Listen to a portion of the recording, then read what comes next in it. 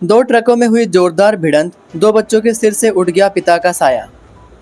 Delhi Mumbai expressway पर एक दर्दनाक सड़क हादसे में हिमाचल प्रदेश के शिमला निवासी ट्रक चालक की मौके पर ही मौत हो गई। हादसा उस वक्त हुआ जब वह अपने परिचित के साथ ट्रक में महाराष्ट्र से मिर्च लेकर दिल्ली की ओखला मंडी की ओर जा रहा था। एक्सप्रेसवे पर स्थित गांव उजीना के समीप एक अन्य ट्रक के अचानक ब्रेक लगाने से यह दुर्घटना हुई। प्राप्त जानकारी के अनुसार मृतक की पहचान 38 वर्षीय उमेश निवासी गांव काछर जिला शिमला के रूप में हुई।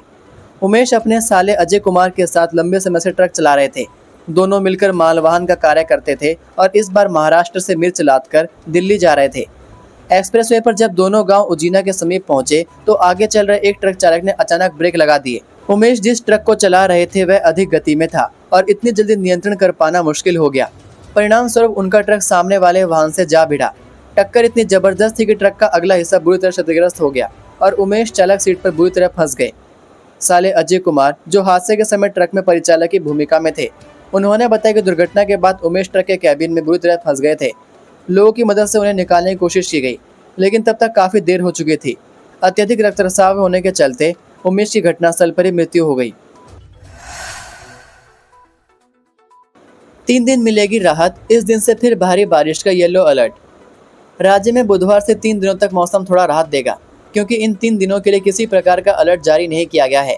अपितु हल्की फुल्की बारिश हो सकती है, लेकिन 26 जुलाई से फिर से मौसम तीखे तेवर दिखाएगा, क्योंकि इसके बाद आगामी 3 दिनों का येलो अलर्ट जारी किया गया है। मंगलवार को राजधानी शिमला सहित प्रदेश के कई हिस्सों में बारिश हुई है। इसमें शिमला में रुक रुक कर 5 मिलीमीटर वर्षा रिकॉर्ड की गई। हालांकि प्रदेश के किन्नौर और लाहौल स्पीति में मंगलवार दोपहर बाद भारी बारिश से बाढ़ आ गई। स्पीति के खुरी गांव में अचानक बाढ़ से मलबा कई घरों में घुस गया। इस दौरान लोग जोर जोर से चिल्लाए और घरों से बाहर भागे। किन्नौर के लियो कंडा के युलांग नाला में भी तेज बारिश के बाद नाले में बाढ़ आ गई। गनीमत यह है कि कोई जान नुकसान नहीं हुआ। वहीं उधर 2 दिन से बंद चल रहे चंडीगढ़ मनाली 4 लेन को मंगलवार दोपहर बाद खोल दिया गया। 4 लेन के खुलने से यहां फंसे 400 से अधिक वाहनों को निकालना शुरू किया गया। हालांकि यहां बारंबार पत्थर गिर रहे हैं, जिसके चलते छोटे वाहनों को दूसरे मार्ग से भेजा गया है। वहीं 2 दिनों में भारी बारिश के कारण बंद पड़ी सबसे कठिन किन्नर कैलाश और श्रीखंड महादेव यात्रा फिर से शुरू हो गई है। किन्नर कैलाश यात्रा 15 जुलाई से 30 अगस्त तक 45 दिनों के लिए चलती है।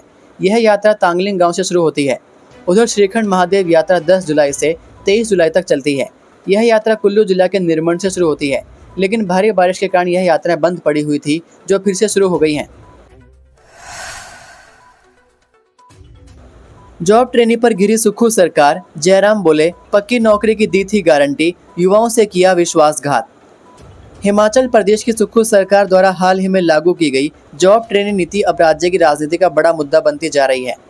सीएम सुक्खू की यह नई जॉब ट्रेनिंग पॉलिसी सियासी तूफान का रूप लेती जा रही है, जहां एक और सरकार इसे आधुनिक भर्ती प्रणाली बताकर युवाओं के भविष्य के लिए बेहतर मान रही है, वहीं दूसरी ओर विपक्षी दल भाजपा और बेरोजगार युवाओं के संगठन इसे युवाओं के साथ विश्वासघात बता रहे हैं। खासकर नेता प्रतिपक्ष जयराम ठाकुर इस नीति पर खुलकर सरकार पर निशाना साध रहे हैं।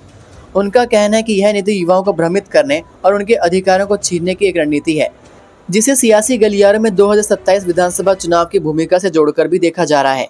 दरअसल सुक्खू सरकार द्वारा घोषित नई नीति के अनुसार अब ग्रुप ए, बी और सी की भर्ती में चयनित उम्मीदवारों को पहले 2 वर्षों के लिए जॉब ट्रेनिंग के रूप में नियुक्त किया जाएगा। इसके बाद दोबारा मूल्यांकन के आधार पर नियमित किया जाएगा। इसके पीछे सरकार का तर्क है कि इससे भर्ती प्रक्रिया में पारदर्शिता और दक्षता आएगी, साथ ही चयनित उम्मीदवारों के व्यवहारिक प्रदर्शन को आधार बनाया जा सकेगा। नेता प्रतिपक्ष जयराम ठाकुर ने सरकार की मंशा पर सवाल उठाते हुए कहा कि जॉब ट्रेनिंग पॉलिसी प्रदेश के युवाओं के साथ एक भद्दा मजाक है। उन्होंने याद दिलाया कि कांग्रेस पार्टी ने चुनाव से पहले युवाओं को पक्की नौकरी की गारंटी दी थी, लेकिन अब वह गारंटी जॉब ट्रेनिंग जैसे प्रयोगों में बदल गई है। 58 साल तक पक्की नौकरी देने की बात करने वाली सरकार अब 2 साल की ट्रेनिंग की बात कर रही है। यह युवाओं के भविष्य के साथ खिलवाड़ है। सराज आपदा के 22 दिन बाद बीएसएफ जलाशय ने उगली सड़ी गली दे, कैसे होगी पहचान। हिमाचल प्रदेश में आई भीषण प्राकृतिक आपदा के बाद अब नदियां और जलाशय धीरे धीरे अपने भीतर समाये हुए रहस्यों को बाहर उगलने लगे हैं। सुंदरनगर के बीएसएफ जलाशय से मंगलवार को एक अज्ञात व्यक्ति का शव बरामद हुआ, जिसने लोगों के रोंगटे खड़े कर दिए हैं। आपदा के बीते 22 दिन गुजर चुके हैं, लेकिन अब भी कई लोग लापता हैं। ऐसे में यह आशंका जताई जा रही है कि यह शव भी उन्हीं में से किसी का एक हो सकता है। स्थानीय लोगों ने जलाशय में एक शव को तैरते हुए देखा और तुरंत पुलिस को सूचना दी। सूचना मिलते सुंदरनगर थाना पुलिस की टीम मौके पर पहुंची और शव को बाहर निकालकर आवश्यक कानूनी प्रक्रिया पूरी की। इसके बाद शव को नागरिक अस्पताल के शवगृह में सुरक्षित रखवा दिया गया है।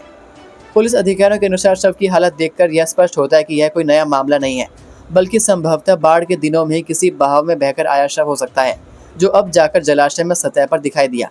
शव के शरीर पर कई जगह टैटू बने हुए हैं, जो पहचान के लिए अहम सुराग साबित हो सकते हैं।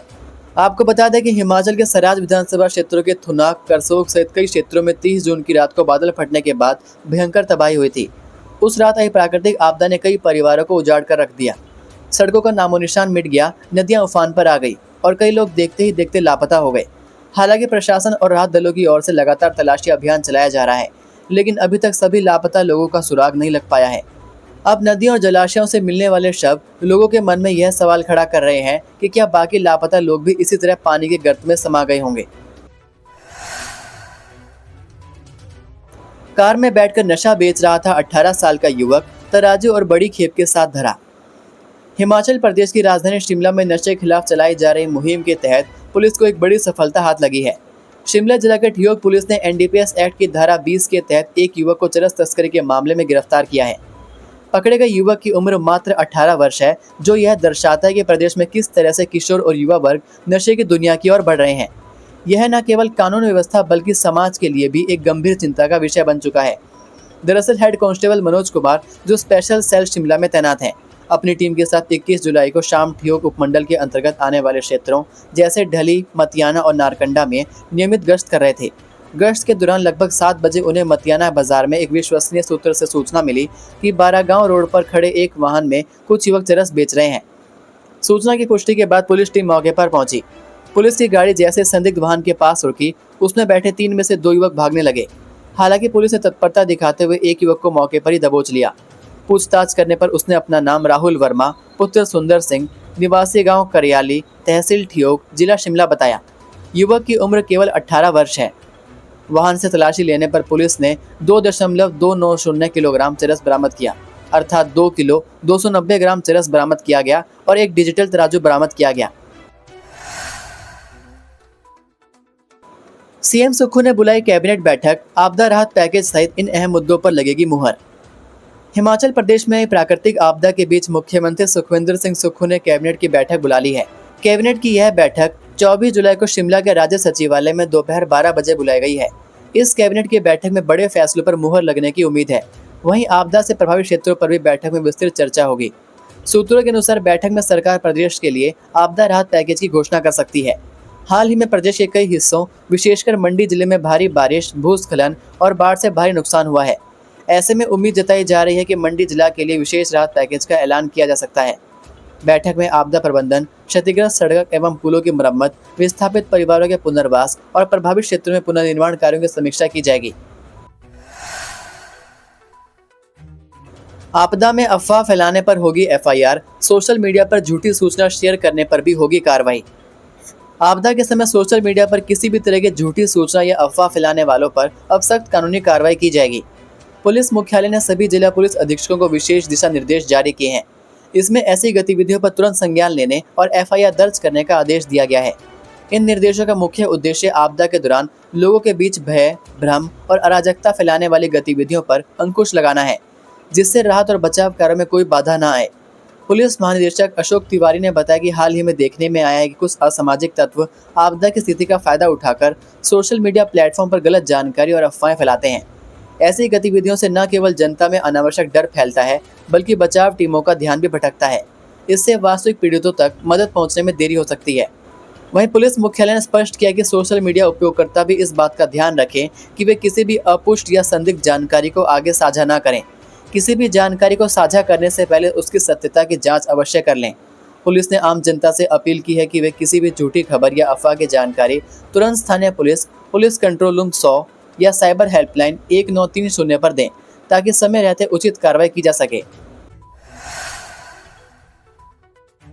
बिजली परियोजनाओं में आई गाद, उत्पादन में 650 मेगावाट की कमी, प्रदेश में लग सकते हैं अघोषित कट। प्रदेश भर में भारी बारिश के कारण बिजली बोर्ड समेत प्रदेश की लगभग सभी जल विद्युत परियोजनाओं में गाद आने से उत्पादन प्रभावित हुआ है। बिजली उत्पादन में करीब 650 मेगावाट की अनुमानित कमी दर्ज की गई है। वास्तविक समय बाजार में भी पर्याप्त बिजली की अनुपलब्धता हो गई है। बिजली बोर्ड को प्रदेश की आवश्यकता पूरी करने के लिए अब ग्रिड से सप्लाई खरीदनी पड़ रही है। ऐसे में अब प्रदेश में बिजली की कमी के चलते अघोषित कट भी लग सकते हैं। बिजली बोर्ड प्रबंधन ने सभी उपभोक्ताओं से सहयोग की अपील की है। हिमाचल प्रदेश में जमीन की निशानदेही पर फिलहाल रोक, इस वजह से प्रदेश सरकार ने लिया फैसला। हिमाचल प्रदेश में जमीन की निशानदेही पर रोक लगा दी है। बारिश के मौसम में जमीन पर झाड़ियां और घास उगने के कारण यह फैसला लिया गया है। सरकार का मानना है कि अगर ऐसी स्थिति में जमीन की निशानदेही की भी जाती है तो वह सटीक नहीं होगी।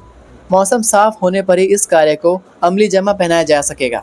जिन लोगों ने डिमार्केशन के लिए आवेदन किया है, पटवारी और कानूनगो उसकी औपचारिकताएं पूरी करेंगे। मौसम खुलते ही जमीन की निशानदेही की जा सकेगी। प्रदेश में हर महीने 300 से ज़्यादा डिमार्केशन होती है। जमीन के बंटवारे और प्लॉट की पैमाइश को लेकर कानूनगो और पटवारी की ओर से तिथि निर्धारित की होती है। बाकायदा सरकार ने सर्कल स्तर पर दिशा निर्देश जारी किए हैं कि 3 दिन पटवारी और कानूनगो पटवार सर्कल में लोगों को सेवाएं देंगे, अन्य 3 दिन फील्ड में काम करेंगे। लेकिन अब पटवारी और कानूनगो सर्कल में ही लोगों को जमीन संबंधित कागजात उपलब्ध कराएंगे। इसके अलावा जिन लोगों ने डिमार्केशन के लिए आवेदन किया है उन्हें अगली तारीख दी जाएगी। सरकार ने यह भी फैसला लिया है कि जिन प्लॉट में झाड़ियां और घास उगा हुआ है, अगर उसकी सफाई की जाती है तो ऐसी स्थिति में डिमार्केशन की जा सकती है। ये थे आज के मुख्य समाचार। हिमाचल प्रदेश की बड़ी खबरें रोजाना जानने के लिए सब्सक्राइब कीजिए DHP न्यूज़ चैनल को और बेल आइकन पर क्लिक करें, जिससे आपको प्रदेश की बड़ी खबरें हमारे द्वारा मिलती रहें।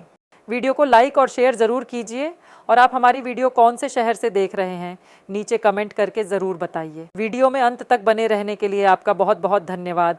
जय हिंद, जय भारत, जय हिमाचल।